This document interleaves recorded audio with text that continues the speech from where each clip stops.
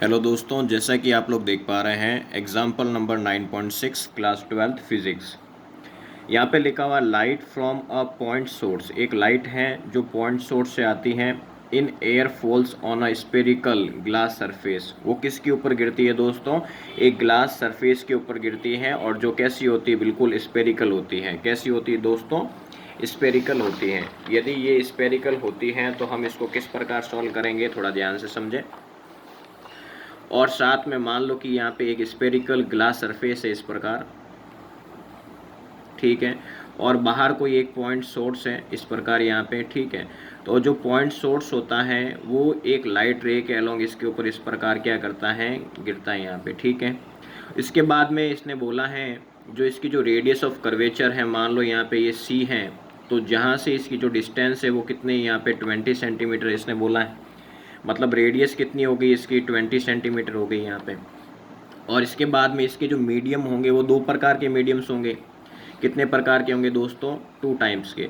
मान लो कि ये बाहरी जो मीडियम दिख रहा है उसको मैं N1 लेट करूँगा, और N1 जो एयर होता है, और एयर के लिए रिफ्रैक्टिव इंडेक्स का जो मान होता है, जो वैल्यू होती है डियर स्टूडेंट्स, वो 1 होती है।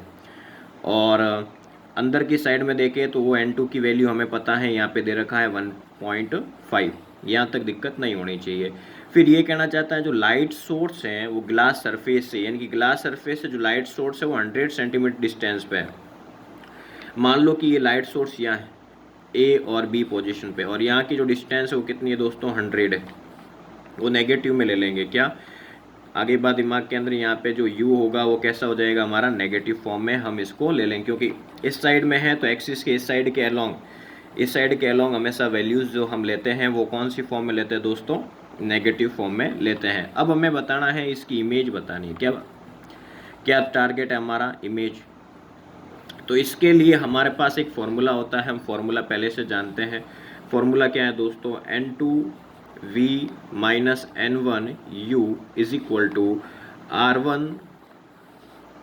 हम क्या लिखेंगे इसके अंदर दोस्तों?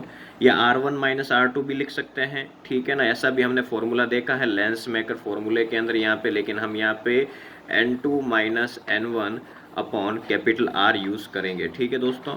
अब जैसे बता दें आपको, N2 कितना हमारे पास? 1.5 है, और V हमें निकालना, और N1 कितना है? 1 है, और U हमारे पास पड़ा है यहाँ पे -100, ठीक है दोस्तों।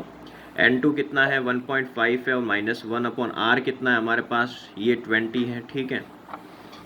माइनस माइनस क्या हो गया दोस्तों? प्लस हो गया। 1.5 प्लस 1 अपॉन 100, और 1.5 में से यदि माइनस जाता है तो 0.5 अपॉन कितना बच गया दोस्तों? ये पॉइंट हटेगा, नीचे क्या आएगा? 10। 5 की टेबल से ये कितने टाइम कटा दोस्तों? 2 टाइम कटा। कितने टाइम कटा दोस्तों? 2 टाइम। अब इसके बाद ये प्लस का है, उधर चला जाएगा। 1.5 upon V is equal to 5 से ये कट चुका है, यहाँ पे आएगा 1, फिर 2 का 20 से किया, कितना आ गया दोस्तों? 40, और ये माइनस का इधर आ जाएगा 1 अपॉन 100। इसका दोस्तों एलसीएम लें, हम क्या लें यहाँ पे? एलसीएम। तो एलसीएम कितना आ जाएगा? 200 आ जाएगा, और इसके टर्म 5 टाइम जाएगा, 5 का 1 से क्या यू, और ये 2 time. 1.5 V is equal to 5 minus 2 दोस्तों 3 अपॉन 200। आगे बात दिमाग के अंदर यहाँ पे, फिर यहाँ पे 3 से ये कटेगा 0.5 टाइम, ठीक है। और ये अब सिचुएशन क्या है? 0.5 अपॉन V 1 अपॉन 200, ये उधर चला जाएगा, ये इधर, तो V इज इक्वल टू कितना आया? 200 मल्टीप्लाई 0.5, ये हटेगा, ये इससे कट जाएगा, तो 5 कितना आ जाएगा यहाँ पे? Total 5 2 10 S। तो V कितना आ जाएगा दोस्तों? हमारे पास बिल्कुल आ जाएगा 100 सेंटीमीटर। कितना आ जाएगा दोस्तों? 100 आ जाएगा। धन्यवाद।